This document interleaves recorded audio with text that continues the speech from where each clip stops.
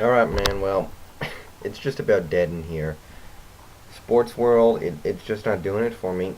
Arena football postseason, maybe, maybe I'll watch that. Um, I just never really got arena football. I realize it is football, but the talent pool is just not nearly as I like to watch the talented players. I like to watch the elite when it comes to the NFL. That's why I don't like to watch the CFL either, because the NFL rejects tend to go to Canada and the Europe League and the AFL pretty much. If they can't make it in the NFL, they try there. And the lower pool of talent just doesn't do it for me, but you never know. I don't really have a team to root for in the Arena League. I don't even know who I would if I cared. I live up here in Washington, obviously, but um, I don't know who would be closest. I'm pretty sure we don't actually have a team. I'd probably end up rooting for some California team just because I do like to stay close to home, but it's really not something I'm thinking about too hard. Now, that being said, that doesn't mean we can't talk a little bit about the future. So, you know, I saw Cowboy TD's recent video mourning over the loss of the Desperados in the postseason, and again, like I said, I don't really follow arena football, but some time ago, 3 months ago, actually 6 months now, geez, the time goes by. He made this video called "Hit My Sports Sob Story," where he detailed all the things in his sports life in the last 3 years that have just really set him up for great things and then kicked him between the legs, as he said. And now with this loss of the Desperados in the first round, it comes up again. And, I feel for that because I can totally relate. I've had it happen to me. Not all at once. Cowboy TD, he's had it happen to him all at once. I think his real name's Garrett, but whatever. Anyway, back in the mid-90s, the Sonics put together this great team, Sonic Boom. Gary Payton, Sean Kemp, Detlef Schrempf, Nate McMillan, Hershey Hawkins, I believe his name was. We had a great team back then, and, for a while in the mid-90s, it was always us and the Jazz at the top. There was a bit of a rivalry there. Who would be the better point guard, Gary Payton or John Stockton? Who would win in the power forward position, Karl Malone or Sean Kemp? Just some pretty cool stuff like that, and most people do consider the Jazz the better team of that era because Malone ended up much better than Kemp because Kemp got fat and lazy. And while it's a little closer, most agree that Stockton was better than Payton. Anyway, we had this great team. We were always up there near the top, always grabbing the 2 seed or the 1 seed or the 3 seed. We were up there. And it was in 1994, we had the number 1 seed. Michael Jordan was off playing baseball, so we had this thing. We were the number 1 seed. We had the best record. We were the best team that year, definitely. We played like it during the regular season, but we lost in the first round to the Denver Nuggets. 5-game series. We lost the last 3 games. Dikembe Mutombo just took it to us. In that last game, had like 8 blocks. Bad times. And 2 years later, we got back to the championship, but Jordan was back, and we played a hell of a finals. But we weren't going to win. So we had the opportunity to bring a championship to Seattle. Didn't happen. And keep in mind, the last time a full championship was brought up here was in the late 70s when the Sonics beat the Washington Bullets in the finals. I believe back in the Elton Brand days, Downtown Freddie Brown, Jack Sigma, those guys. And let's see, what else do you got here? And then, the Sonics died off. We never got that ring, so it sucks. And then at the turn of the millennium, the Mariners.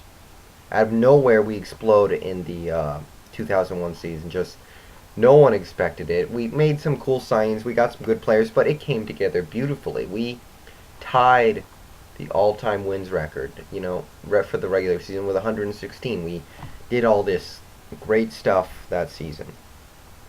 We had camaraderie. We came together well. I didn't ever really feel at any point we were extremely talented or a juggernaut. We just played really well together, really smart, intelligent baseball, and we won a lot of games. And postseason, we look lost. Just completely, like, it was like the regular season never happened.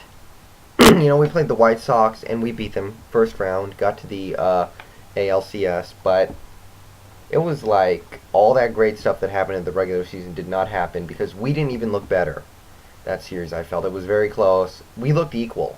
And then we get to the ALCS, and I think we lost in 5 games to the Yankees, and it looks like a traditional Mariners versus Yankees series, with the Yankees being the big bad team that has the rings and knows how to get it done and wins these games and scores runs and shuts down other teams, and we just looked like the traditional Mariners, not the 0-1 Mariners. It was just disheartening because we had fielded the best team that the MLB had seen in arguably about a century, and we completely lost it at the end. So there's that. And then in recent times you have the Seahawks, and maybe we were never favored to win a championship. We had one really good year, but we were not going to be favored to win the championship over clearly whoever made it from the AFC.